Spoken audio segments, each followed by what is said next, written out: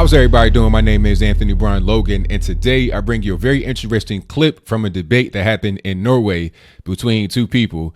Now, I'll put the full debate in the description box below. Of course, it is in Norwegian. I don't really speak the language at all. So if you speak Norwegian, you're able to understand, you're able to translate it or whatever, you can go ahead and check it out. But what I'm going to do is show you a clip from it. Now, before I show it to you, I just kind of want to tee it up. Now you have two people involved with the situation. Well, three people, but really there were the two main people that you got to look out for. The first person was a guy named Fahad Qureshi. Now, this guy is of Pakistani descent, but he was born and raised in Norway. And he's a leader of an organization called Islamnet. We'll learn more about them a little bit later in the video. But basically, he's an Islamist. He's a speaker. He's very radical. He kind of like couches himself in this video as being like very nice and kind, but he's extremely radical. But we'll get to that later, as I said. And the other person is a woman by the name of Sylvi Listhaug. Now, hopefully I pronounced her name correctly, but she is the Norwegian Minister of Integration and Migration, which was hilarious because once you see what happens, you'll understand why she is most certainly needed in Norway. And she needs to do more. She needs more resources. She needs the whole government to be behind her. What I'm going to do right now is go and show this clip. You'll be able to see what's going on. I don't want to spoil it for you. I'm just going to go ahead and roll it for you. So without further ado, go ahead and roll it.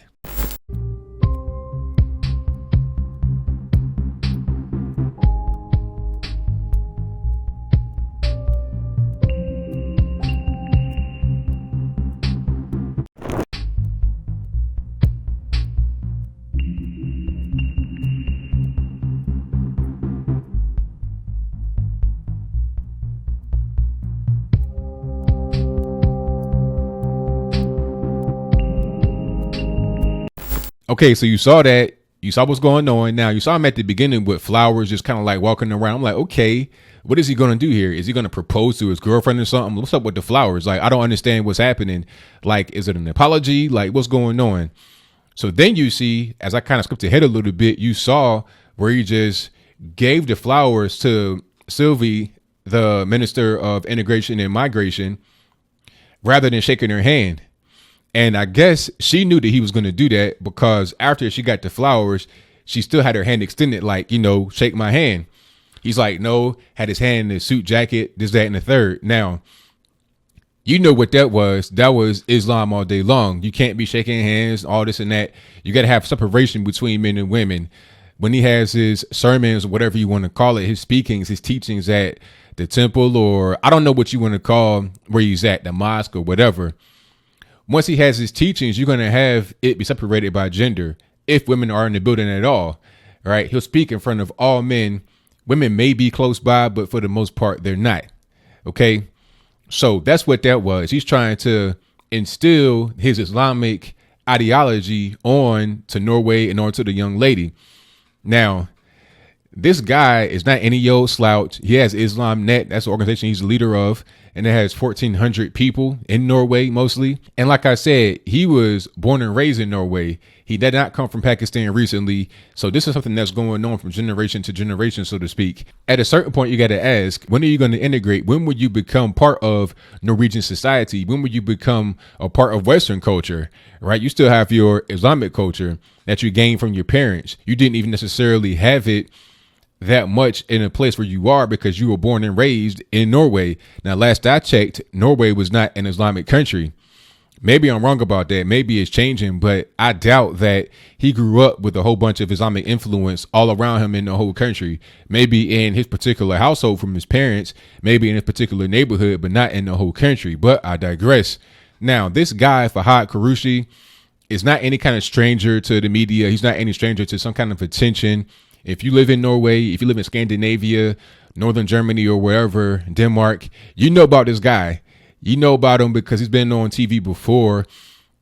There was one incident, remember after the Charlie Hebdo situation, remember that? Je suis Charlie, after they did some kind of drawing of Prophet Muhammad and then people attacked them and people got killed or whatever. After that situation, he tore up something from Charlie Hebdo and said that it wasn't right because Charlie Hebdo, they violated free speech by making a drawing of Prophet Muhammad. So he's somebody that supported basically the Charlie Hebdo attacks. OK, But there's a video on YouTube that you probably have seen if you watch any kind of videos like this about Islamic extremism, about guys that are like really extreme with their beliefs and their views and speaking in front of people. I know you probably have seen this video. This guy is the same guy you just saw in the video refusing to shake the woman's hand. It's the same person. So check this out, and then you'll see more about Fahad Qureshi and why he's dangerous and what kind of followers he has. How many of you are normal Muslims? You're not extremists, you're not radical, this is normal Sunni Muslims. Please raise your hands. Everybody, mashallah, subhanallah. Okay, take down your hands again. How many of you agree that men and women should sit separate? Please raise your hands. Everyone agree. Everyone agree. Brothers and sisters. Subhanallah. So it's not just these radical sheikhs then. Allahu Akbar. Next question. How many of you agree that the punishments described in the Quran and the Sunnah, whether it is death, whether it is stoning for adultery, whatever it is, if it is from Allah and His Messenger, that is the best punishment ever possible for humankind, and that is what we should apply in the world. Who agrees with that? Allahu Akbar. Are you all radical extremists? Subhanallah. Okay, so he says it right there. He says it right there. It's like, look, don't call us extremists. This is like a normal thing. This is Islam. Okay, we want to kill homosexuals. That's in Islam. That's just right there, right in front of your face. You don't need any more evidence. You don't need any more proof. There's not much I can tell you. I can't really pontificate and wax poetic about it. It's right there in front of your face in black and white and full color, actually, in video, audio, all of that right in front of your face. Okay. He says this is not something that's really abnormal. It's not like you have a speaker who's radical and he says things like this. This is how normal Sunni Muslims think. And he asked the crowd, and you saw them, everybody raised their hands. Some guys are kind of like smiling and stuff, kind of embarrassed because they know they're on TV. You know, I'm not sure if they work in the private, public sector or whatever, but they're on TV, they're on camera.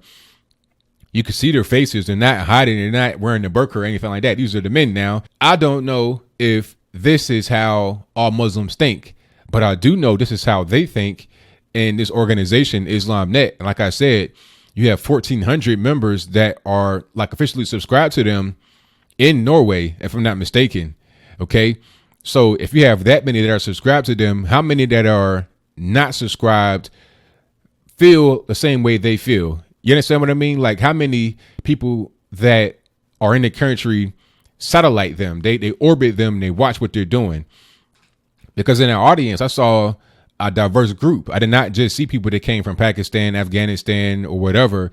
I saw people that looked like they might have been Norwegian ethnically, right? Some blonde hair, blue eyes in there. Okay. So this kind of ideology is really spreading. And the reason why it's spreading really, I think, is because of an increase in secularism across Western society. Because once you don't have a religion that you really are kind of attached to, even if you're not necessarily an avid churchgoer, you still kind of respect Christianity. Okay. That's the main thing you got to understand. Like me, I'm not even really religious, but I respect Christianity, and I probably adhere to more of Christianity's core tenets than the average Christian. Well, I'm not going to say the average Christians. I can't really speak for everybody, but I know that I'm probably like the average Christian as far as how I live my life, but I don't consider myself religious because I don't like necessarily adhering to all the core tenets. But at the end of the day, I respect Christianity. I can identify with that more than anything else. And I know that Islam has no place in my life because of my respect for something that's already there, if that makes any sense. Some people, they got to have something. They got to have something to rely on. They got to have a rock to cling to. And if they don't, they're easily susceptible. They're easily able to be led down the wrong path. You know, here comes Islam. It seems like it's something that they need. There may be a void in their life. They feel like they're powerless. They feel like they have no hope. They feel like there's nothing to look forward to. They may become suicidal or whatever it is. Something is missing in their life. And then here comes Islam to fill it. A lot of these people in the audience probably had that same type of mentality, that same kind of dilemma, and then Islam apparently solved it for them. But all they did was just get down deeper into a rabbit hole. It's just like when you have some kind of depression, and then to cure yourself, to self-medicate from depression, you turn to drugs. See, now you're in a whole different situation. Yes, you may feel better in a short period of time from your drugs, from your heroin, cocaine, whatever it is, weed, alcohol. But then at a certain point now, rather than being depressed, you have a drug problem. Now you're a drug addict. So you just switch one problem with another one. I think the problem with Norway, Sweden, Germany, etc. is obviously the migration, air quotes, crisis. You cannot allow people to come from these third world Islamic countries into your country in such mass numbers, because they're going to gain popularity as far as their ideology. They're going to gain numbers to reproduce like rabbits. At a certain point, if your ecosystem is not built for rabbits, you cannot introduce them because it's going to destroy the ecosystem. OK, you got to have a place that's built for them to be the way they want to be. That's why I say I'm an advocate for Saudi Arabia, Pakistan, or anywhere like that having their own kind of culture. If you want to put women in burqas and not allow them to drive and have men only places, that's fine. That's perfectly good and well in your country. But don't bring it to Norway. Don't bring it to Germany. And most certainly don't bring it here to the USA. Oh, no, no, no, no, no. See, the reason why I talk about Germany and Scandinavia, Norway, Sweden, Denmark, etc. is because I know that what happens there may eventually cross the pond and come over here. And I definitely don't want that. And the way it would come over here is if you have unfettered so-called immigration from these Islamic places. OK, because when they come, they don't just bring, air quotes, nothing. I heard that a lot. People say, oh, they came with nothing. They came with the clothes on their back. Well, what they come with is an ideology. What they come with is a religion. What they come with is a community that will grow eventually and spread out. And not only will the people spread out, so will their words, so will their ideologies. And at a certain point, once you try to be so PC to protect, air quotes, minorities, you're going to get caught up in protecting people that have very dangerous rhetoric. This is why the left and some libertarians, surprisingly, love Islam so much. They respect Islam so much because it's a minority thing in their humble opinion, even though it's about even when you look at Christianity versus Islam in the world as far as its practitioners. OK, but one is seen as a minority and the other isn't. It's weird, but I digress. So when you have them protected by this cloud of not wanting to go against the politically correct narrative, it becomes very dangerous. And what you end up with is guys that go on TV and say, yeah, we want to kill homosexuals. No, we're not going to have equality for women at all. No handshaking. Put on this burqa, go on the back and just shut up. Is that what you want for your country? If you live in Pakistan or something like that, hey, that's fine. But what about France?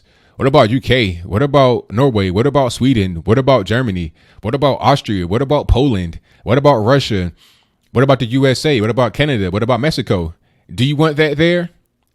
I don't think you do. So what do you think? Do you think this guy, Fahad Qureshi, is trying to gain attention by what he's doing? About, negative or positive, trying to get more money to his organization, trying to gain more members?